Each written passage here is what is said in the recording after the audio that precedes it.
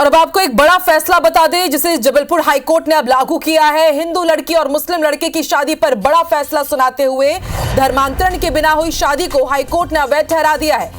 धर्मांतरण के बिना शादी कर हिंदू लड़की और मुस्लिम लड़के ने, आपको बता दें, याचिका दायर की थी। स्पेशल मैरिज एक्ट के तहत शादी रजिस्टर करने की उन्होंने याचिका दायर की थी और पुलिस सुरक्षा की भी मांग की गई थी, लेकिन हाईकोर्ट ने मुस्लिम पर्सनल लॉ का हवाला दिया है और याचिका को खारिज कर दिया है। बिना धर्म बदले हिंदू लड़की की मुस्लिम लड़के से शादी अवैध होगी। इसके साथ ही हाईकोर्ट ने यह भी टिप्पणी की कि दोनों लिव इन रिलेशनशिप में रह सकते हैं, लेकिन धर्म को बदले बिना इन्होंने जो शादी की है वो अवैध है।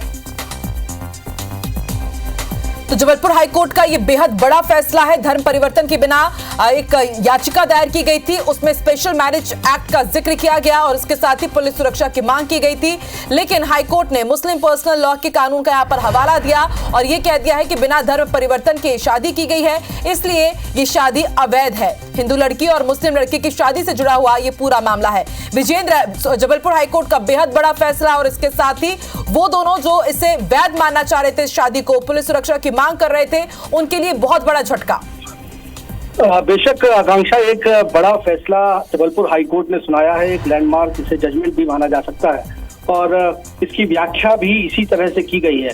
दरअसल एक हिंदू युवती और एक मुस्लिम युवक ने शादी कर ली थी और दोनों ने ही शादी से पहले धर्मांतरण नहीं किया था। दोनों ये चाहते थे, हिंदू लड़की ये चाहती थी कि वो हिंदू धर्म में ही रहकर जीविकोपार्जन करे, तो वहीं मुस्लिम लड़का भी इस्लाम को ही अपनाए रखना चाहता था और दोनों लिव इन में भी नहीं रहना चाहते थे और इस तरह से अपने अपने धर्म का निर्वहन करते हुए साथ में शादी को रजिस्टर करवाना चाहते थे।